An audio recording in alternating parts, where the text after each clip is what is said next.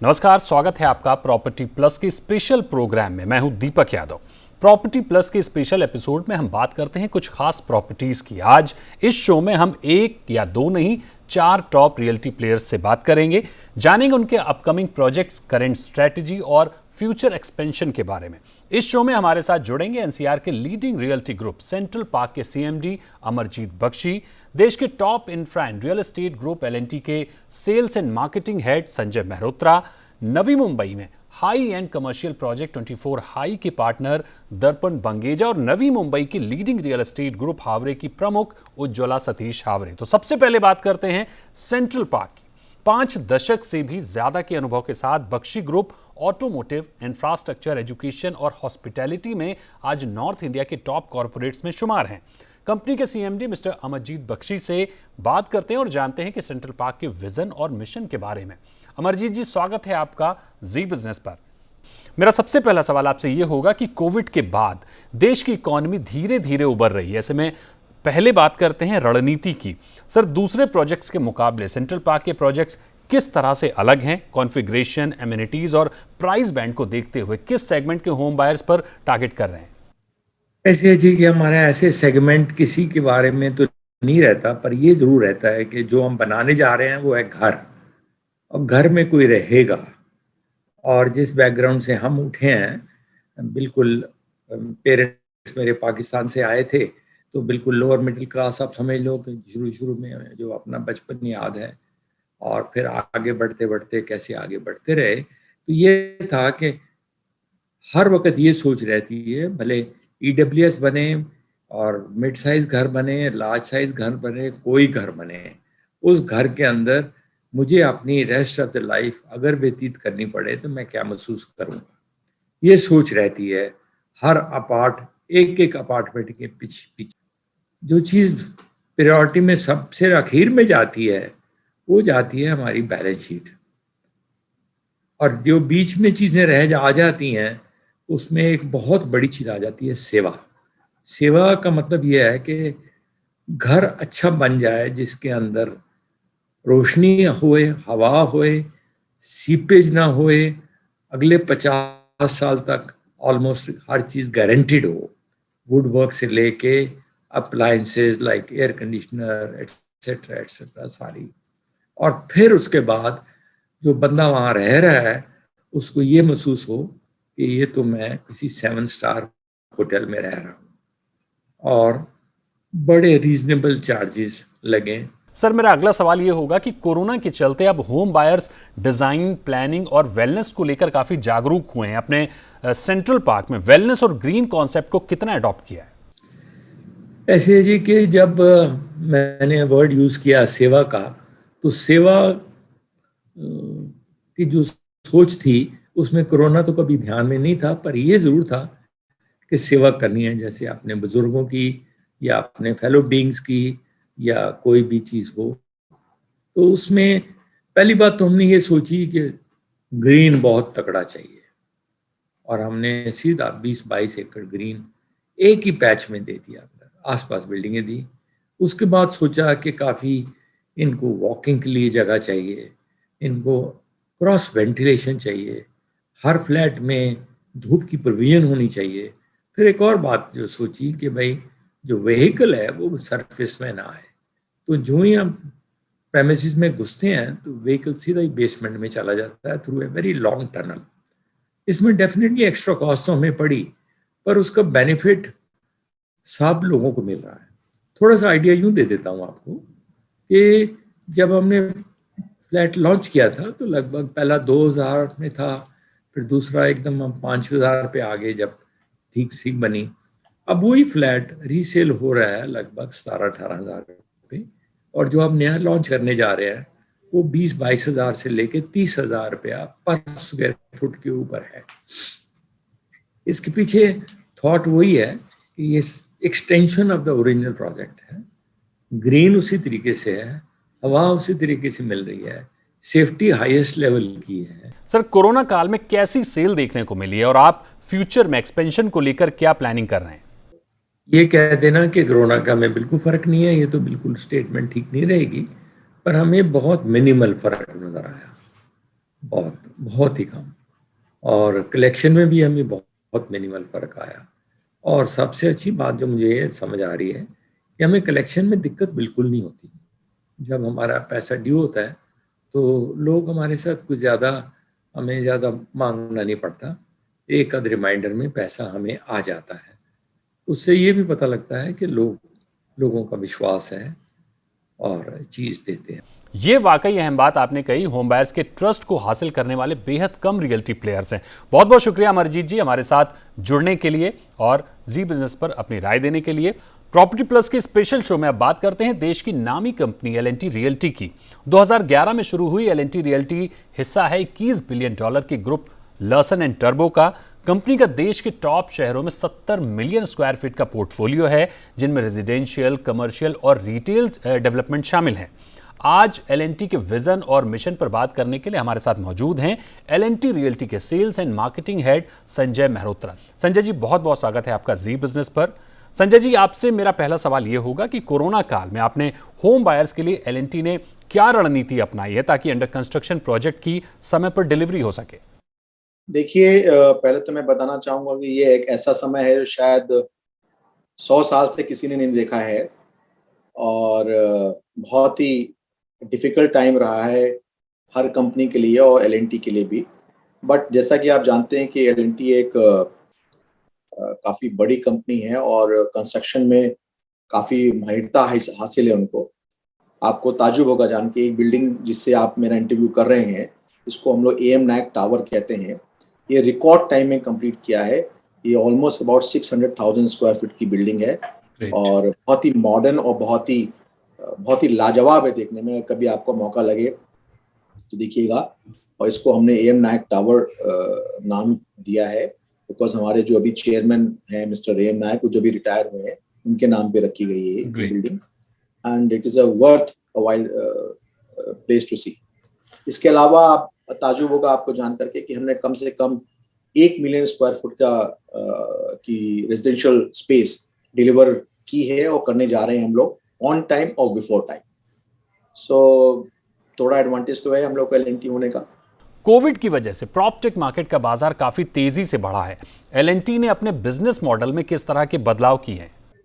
देखिए, इसमें दो राय नहीं कोई कि दैट पहला क्वार्टर और second quarter last financial year का बहुत ही स्लो था, बहुत ही डिफिकल्ट टाइम थे सबके लिए। लेकिन थर्ड क्वार्टर और फोर्थ क्वार्टर में थोड़ी तेजी आई, उसका एल&टी को पूरा फायदा मिला। क्योंकि कस्टमर के पास अगर चॉइस है तो वो ये चाहता है कि जो सबसे अच्छी ब्रांड्स हैं उसके पास पहले जाएं। और फॉर्चुनेटली फॉर कस्टमर, एल&टी एक ऐसी ब्रांड है जिसको वो पहली चॉइस देता है। तो हमने थर्ड क्वार्टर और फोर्थ क्वार्टर में रणनीति यह अपनाई कि दोनों रेडी टू मूव इन, मतलब जो हमारे पास स्टॉक था रेडी टू मूव इन उसको, और जो कि बन रहा था, दोनों को हमने बराबर तरीके से पुश किया। हमने दोनों में कस्टमर का पूरा ध्यान रखा कि अगर कस्टमर हमसे रेडी टू मूव इन कर रहा है तो उसको क्या बेनिफिट्स हम दे सकते हैं, और या कुछ अंडर कंस्ट्रक्शन है तो उसको कैसे हम उसको बेनिफिट दे सकते हैं।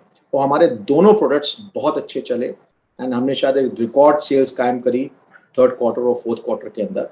हमारी रणनीति ये थी कि दैट अगर कस्टमर हमारे पास नहीं आ पा रहा है किसी वजह से, तो हम कस्टमर के पास जाएंगे, हम इसको एक्सप्लेन करेंगे कि भाई ये प्रोडक्ट क्या है, इस प्रोडक्ट की क्या खूबियां हैं, इस प्रोडक्ट की क्या यूएसपीज है। हमने डिजिटल प्लेटफॉर्म को बहुत एक्सटेंसिवली यूज किया है और कुछ टेक्नोलॉजीज हमने ऐसी भी यूज करी हैं जिसमें कस्टमर को पूरा का पूरा ज्ञान मिलता है कि क्या किस तरीके का प्रोडक्ट है और ये प्रोडक्ट उसके लायक है कि नहीं है। फ्यूचर के लिहाज से हाउसिंग में एल&टी का एक्सपेंशन प्लान क्या है? मसलन इन पाइपलाइन कितने प्रोजेक्ट लॉन्च हैं? फोकस प्रोजेक्ट लॉन्च पर रहेगा या मौजूदा प्रोजेक्ट्स की डिलीवरी पर? देखिए, दोनों चीज़ें बहुत इंपॉर्टेंट हैं कि जो हम लोग अभी अंडर कंस्ट्रक्शन हमारे प्रोजेक्ट्स हैं वो भी चलते रहें और समय पे डिलीवर हो। बिकॉज एल&टी एक ऐसी कंपनी है जिससे कस्टमर को बहुत उम्मीदें रहती हैं और कुछ ज़्यादा ही उम्मीदें रहती हैं।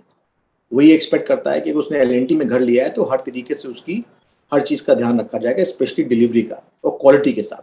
तो हमारा पहला जो रिस्पॉन्सिबिलिटी है वो ये है कि जितने भी हमने घर बेचे हैं अंडर कंस्ट्रक्शन उनको टाइम पे या टाइम के पहले डिलीवर करें। तो हमारी पूरा तजुर्बा, पूरी हमारी जोर उसके ऊपर रहेगा, डिलीवरी ऑन टाइम हो। उसके अलावा ऑब्वियसली जैसा आपको मैं बताना चाहूँगा, एल&टी एक बहुत ही बड़ी कंपनी है जिसमें करीब 2.25 लाख आदमी काम करता है।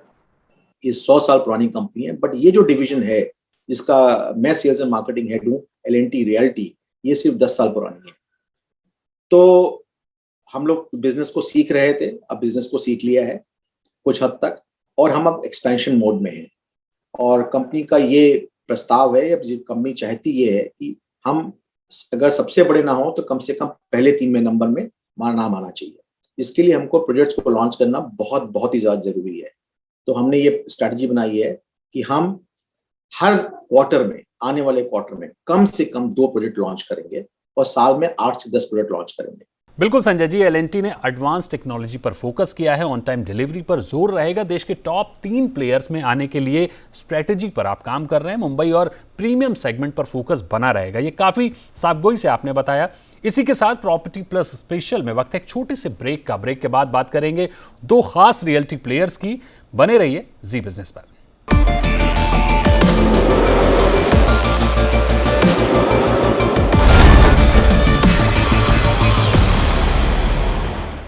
Hello and welcome back. आप देख रहे हैं प्रॉपर्टी प्लस स्पेशल। आज हम बात कर रहे हैं टॉप रियल्टी प्लेयर्स, उनके प्रोजेक्ट और विजन की। अब आपको मिलवाते हैं नवी मुंबई के 2 खास रियल्टी प्लेयर्स से। नवी मुंबई जो कि इंटरनेशनल एयरपोर्ट, नैना रीजन, नावा शेवा सीलिंग समेत तमाम बड़े इंफ्रा प्रोजेक्ट्स की वजह से कमर्शियल, हाउसिंग और इंफ्रास्ट्रक्चर की नज़र से मोस्ट प्रोमिनेंट रियल्टी मार्केट के तौर पर उभर रहा है।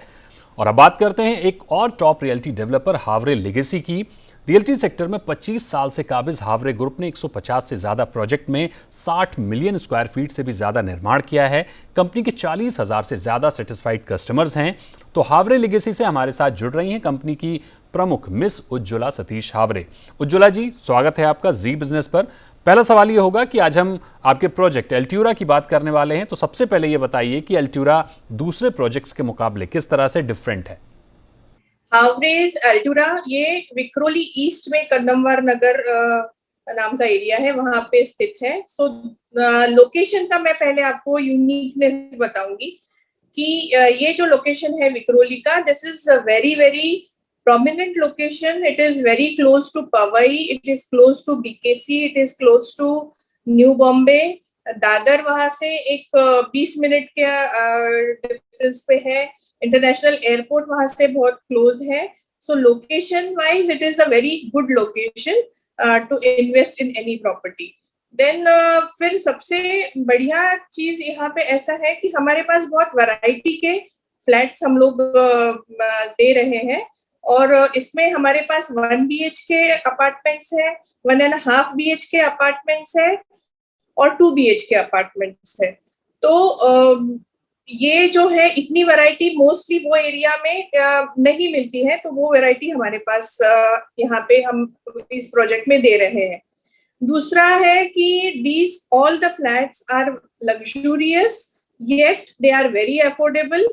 These all flats will be air conditioned. तो ये एक यूनिक एमिनिटी हम लोग इसमें दे रहे हैं। उज्ज्वला जी, वेलनेस का कॉन्सेप्ट इन दिनों रियल्टी प्रोजेक्ट में जरूरत बन गया है और लोगों में भी काफी जागरूकता है, तो एल्ट्यूरा में वेलनेस को लेकर क्या सुविधाएं दी गई हैं? यहाँ पे प्रेजेंट सिनारियो को देखते हुए जहाँ पे लोग वर्क फ्रॉम होम कर रहे हैं, we have given beautiful terrace garden on the top floor of the project. Terrace पे हमने दिया हुआ है। It has swimming pool, the area for the elderly, यहाँ पे मतलब जो सीनियर सिटीजन्स हैं उनके बैठने के लिए, उनके वॉक करने के लिए हमने एक बहुत अच्छा एरिया दिया हुआ है। प्लस यहाँ पे चिल्ड्रंस प्ले एरिया मैंने दिया हुआ है, so that the kids, specially the toddlers, बड़े बच्चे तो बाहर जाके खेल सकते हैं, लेकिन जो एकदम छोटे बच्चे हैं जो घर में एकदम बोर हो जाते हैं, they want to go out, so terrace पे हमने उनके लिए चिल्ड्रंस प्ले एरिया दिया हुआ है। प्लस हमने बहुत बड़ा वेल इक्विप्ड यहाँ पे जिम दिया हुआ है, लाइब्रेरी दी हुई है। So these are the things that we have provided for the wellness. मौजूदा प्रोजेक्ट्स के मुकाबले भविष्य को देखते हुए किस सेगमेंट के प्रोजेक्ट पर कंपनी का फोकस बना रहेगा? मैं एक्चुअली अफोर्डेबल हाउसिंग में बहुत विश्वास करती हूँ, लेकिन अफोर्डेबल हाउसिंग में भी हम लोग बहुत सारी लग्जरीज दे सकते हैं। ऐसा नहीं है कि अफोर्डेबल है तो it can be only basics. तो इसमें मेरा पूरा एम रहेगा कि मैं अफोर्डेबल प्राइसेस में अच्छे से अच्छे क्वालिटी के एमिनिटीज प्लस लग्जरी, जैसे मैं अभी मेरे सारे फ्लैट्स एयर कंडीशन देने वाली हूँ, क्योंकि दैट इज द नीड। जितना वो एरिया में प्राइस चल रहा है, कम से कम उससे 30% लेस प्राइस में हम लोग अपने फ्लैट्स लोगों को प्रोवाइड कर सके। That will be my aim, but with equivalent and best of the amenities. Corona काल के दौरान और कोरोना काल के बाद रियल्टी सेक्टर में किस तरह के बदलाव देख रही हैं? मैं आपको बताना चाहूंगी दीपक जी कि कोरोना काल में भी हाउसिंग जो बिजनेस है वो उसको डिमांड उल्टा बढ़ा है, क्योंकि क्या है कि people are working from home, there is lot of instability, तो people want to be stable. मतलब हमेशा हर 11 महीने में घर बदलना और ये सब अभी लोगों को शायद करना नहीं है। इसलिए रियलिटी सेक्टर में एक्चुअली मेरे साथ तो business is good, people are, there is lot of inquiry, people are booking the houses. तो उस हिसाब से वर्क फ्रॉम होम के हिसाब से हम लोग कैसे डिजाइन के घर दे सकते हैं। छोटे फ्लैट्स का भी रिक्वायरमेंट है, लेकिन 1.5 BHK का भी बहुत अच्छा रिक्वायरमेंट है। 1 BHK का तो हमेशा ही डिमांड में रहा है, लेकिन 1.5-2 BHK का भी डिमांड बहुत अच्छा बढ़ा है। And thanks to the government policies, जो महाराष्ट्र गवर्नमेंट ने जो पॉलिसीज अभी चेंज करके दी है या उसमें एडप्ट किया है, दैट इज रियली हेल्पिंग। बहुत बहुत शुक्रिया उज्ज्वला जी हमारे साथ जुड़ने के लिए। नवी मुंबई में ग्रेड 1 कमर्शियल ऑफिसेज की डिमांड काफी बढ़ी है, तो सीधे चलते हैं मिस्टर दर्पण बंगेजा के पास, जो पार्टनर हैं 24 हाई के। दर्पण जी, जी बिजनेस पर आपका बहुत बहुत स्वागत है। सबसे पहले तो ये बताइए कि लोकेशन की आपसे बात करते हैं। आपने जिस लोकेशन पर अपना प्रोजेक्ट बनाया है, करंट और फ्यूचर की नजर से ये कैसा है? दीपक जी, जो लोकेशन की आपने बात बोली, तो हमारा जहाँ पे प्रोजेक्ट है ये नवी मुंबई का एकदम सेंटर पड़ता है। नवी मुंबई DY पाटिल स्टेडियम के एकदम अपोजिट है हमारा। और ये जो हमारा लोकेशन है, ये जो कमर्शियल प्रोजेक्ट होता है, कमर्शियल प्रोजेक्ट के लिए जो मेन चीजें होती हैं वो है ट्रेवलिंग, उसकी सहूलत। तो हमारा यहाँ पे जो प्रोजेक्ट है वहाँ से ऑटो स्टैंड वाकेबल है, बस स्टैंड वाकेबल है, और जो लोकल मुंबई की जान बोली जाती है वो यहाँ से 2-3 किलोमीटर में 3 रेलवे स्टेशन पड़ती है, जैसे एक नेरुल, जूही नगर, CBD बेलापुर। और जो आप बोल रहे हैं फ्यूचर में सर, ये जो लोकेशन है आने वाले टाइम का ये बहुत ग्रोथेबल लोकेशन है।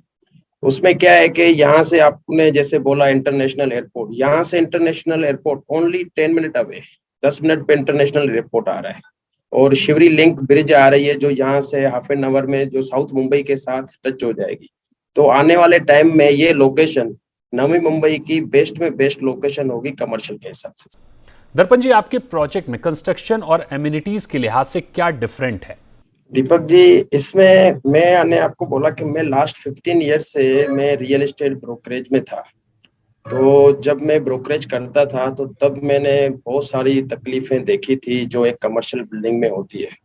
जैसे एक कमर्शियल बिल्डिंग में किसी का छोटा ऑफिस होता है, तो कभी उनके पास 10, 15, 20 आदमियों का कुछ पर्सन आते हैं और मीटिंग फिक्स होती है, 15 बंदे आने वाले हैं, तो वो छोटे ऑफिस वाला आदमी परेशान हो जाता है। फिर वो कहीं बाहर जगह ढूंढते रहते हैं कि ये होटल में करते हैं, वो होटल में करते हैं। तो हमने यहाँ पे ना 3 कॉन्फ्रेंस रूम दिए हुए हैं। एक दिया हुआ है कॉन्फ्रेंस 20 to 25 सीटर, और 2 दिए हुए हैं 10 to 12 सीटर। ये इसके लिए दिए हुए हैं कि जैसे छोटे में छोटे ऑफिस वाला भी हो तो उसको बाहर कोई भी तकलीफ नहीं होना चाहिए। दूसरा, हमने यहाँ पे अपना एक LED स्क्रीन दे रहे हैं। LED स्क्रीन इसलिए दे रहे हैं कि हमारी बिल्डिंग, जैसे हमारा जो प्रोजेक्ट है साइन पनवेल हाईवे पे, और सर्वे के हिसाब से यहाँ पे 1-1.25 लाख गाड़ियां रोज आती जाती है। तो यहाँ पे हमारा प्रोडक्ट है जिसमें यहाँ से जो गाड़ियां आएंगी जाएंगी, तो LED हमारा जब इतना चलेगा तो वहाँ पे हमारा प्रोजेक्ट थोड़ा हाईलाइट हो जाएगा, लैंडमार्क हो जाएगा। और दूसरा, हमने यहाँ पे एक बिजनेस लाउंज दे रहे हैं, जिम दे रहे हैं, और एक मेन जो बहुत काम की चीज है, विजिटर कार पार्किंग दे रहे हैं। विजिटर कार पार्किंग में जब खुद रियल एस्टेट ब्रोकिंग का काम करता था तो मैं कभी खुद कमर्शियल बिल्डिंग में किधर जाता था तो आधा घंटा पार्किंग नहीं मिलता था, तकलीफ होता था।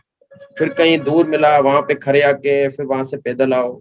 तो हमने यहाँ पे क्या किया हुआ है, 60 to 70 विजिटर कार पार्किंग दिया हुआ है।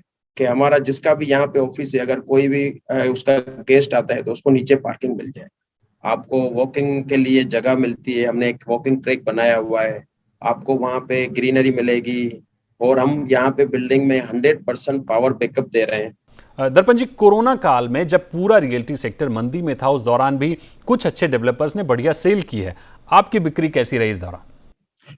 दीपक जी, मैं रियल बताऊं तो हमारा है ना, लॉकडाउन में काफी अच्छा सेल हुआ है, मतलब बहुत अच्छा सेल हुआ है। हमें तो सच्ची बताएं कि कुछ मालूम भी नहीं पड़ा कि लॉकडाउन है या लॉकडाउन नहीं है।